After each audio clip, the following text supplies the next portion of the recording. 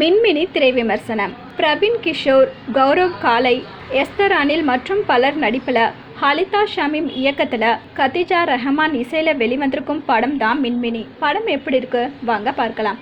ஊட்டியில் உள்ள பள்ளி ஒன்றில் படிக்கும் கௌரவ் காலை சிறந்த கால்பந்தாட்ட வீரராக திகழ்கிறார். அதே பள்ளியில் புதிதாக சேரும் மாணவர் பிரவீன் கிஷோரை அடிக்கடி சீண்டி செல்லமாக தொல்லை கொடுக்கும் கௌரவ் காலை அவருடன் நட்பு பாராட்டவும் விரும்புகிறார்.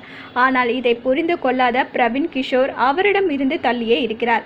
மாணவர்கள் பயணிக்கும் பள்ளி வாகன விபத்தில் சிக்கிக்கொள்ள அதிலிருந்து சக மாணவர்களை காப்பாற்றும் முயற்சியில் ஈடுபடும் கௌரவ் காலை பிரவீன் கிஷோரை காப்பாற்றும் முயற்சியில் பலத்த காயமடைந்து இறந்து விடுகிறார். அவரது இறப்புக்கு பிறகு அவர் தன்னுடன் நட்பு பாராட்ட விரும்பியதை அறிந்து கொள்ளும் பிரவீன் கிஷோர் குற்ற உணர்ச்சியில் மூழ்கி கௌரவ் காலையின் வாழ்க்கையை வாழத் தொடங்குகிறார். கௌரவ் காலையின் உடல் உறுப்பு தானத்தால் உயிர் பிழைத்து புதிய வாழ்க்கையை தொடங்கும் எஸ்தர் அனில் கௌரவ் காலைக்கு நன்றி தெரிவிக்கும் விதமாக அவரது எதிர்கால ஆசைகளை அறிந்து கொண்டு அதை நிறைவேற்றும் எண்ணத்தில் அவர் படித்த ஊட்டி பள்ளியில் சேர்கிறார்.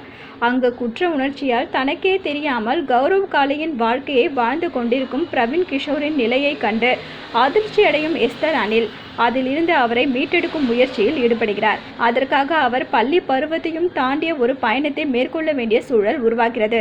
அந்த பயணம் எஸ்தர் அனிலுக்கு வெற்றி பயணமாக அமைந்ததா என்பதே மின்மினி. நடிகர் நடிகைகளின் சிறுவயது பருவத்தை முதலில் படமாக்கிவிட்டு பின் 8 ஆண்டுகள் காத்திருந்து இளம் வயது பருவத்தில் அவர்களை நடிக்க வைத்து படமாக்கியுள்ளார் இயக்குனர் ஹலிதா ஷமீம்.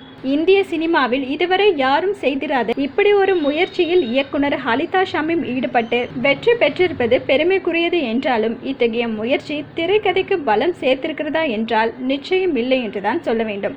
பாரி மற்றும் சபரி இடையே நடக்கும் பள்ளி காலகட்ட சம்பவங்கள் வழக்கமானதாக இருந்தாலும் பாரியின் நடவடிக்கைகள் பார்வையற்றவர்களிடம் எதிர்பார்ப்பை ஏற்படுத்துகிறது.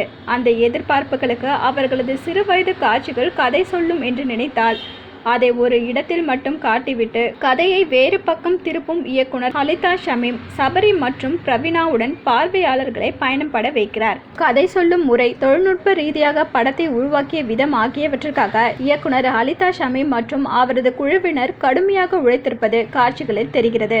இசையமைப்பாளர் கதிஜா ரஹ்மானின் இசையில் பாடல்களும் பின்னணி இசையும் கதைக்கு ஏற்ப அளவாக பயணப்பட்டிருக்கிறது. இயக்குனர் ஹலிதா ஷமீமின் வித்தியாசமான முயற்சி மற்றும் இமாலய பயணம், அந்த பயணத்தில் அவர் பேசும் தத்துவங்கள் அனைத்தும் பாராட்டுக்குரியதாக இருந்தாலும் அவர் சொன்ன விஷயங்களும் வடிவமைத்த காட்சிகளும் ஒரு திரைப்படமாக ஜனரஞ்சக ரசிகர்களிடம் எந்தவித தாக்கத்தையும் ஏற்படுத்தவில்லை. மொத்தத்தில் இந்த மின்மினி திரைப்பட விரும்பிகளுக்காக அல்ல, பயண விரும்பிகளுக்காக